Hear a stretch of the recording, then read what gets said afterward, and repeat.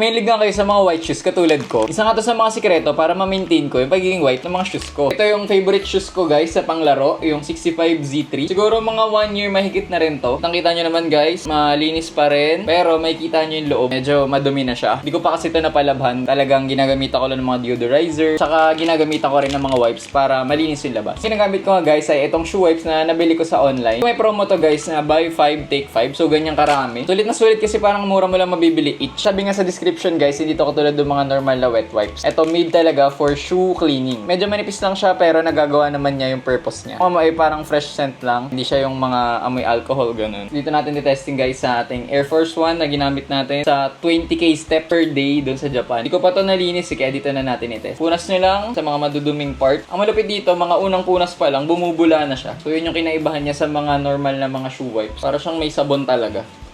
Hindi naman sobrang dumi nito pero ayun nga, pang maintenance talaga. Kasi pag sobrang dumi na, syempre papailaban nyo na yun dapat. Goods na yung isa guys. Pag hindi naman sobrang dumi, pwede nyo gamitin tong ginamit nyong una. Ako kasi maarte guys. And ulit tayo. And may kita nyo nagbubula. Ayan, bumubula siya. Yan nga guys, goods na. So sa mga katulad ko nga dyan na badminton player na mas gamit na gamit pa nga yung shoes nila pang badminton kaysa sa pangalis. Bagay sa inyo to after ng game. Pinupunasan ko lagi yung shoes ko. Bagay din to sa mga basketball player na maingat din sa mga shoes nila na medyo expensive. Sa mga naghanap nga dyan guys, andyan lang sa baba yung yellow basket. And balitaan nyo kung okay siya gamitin.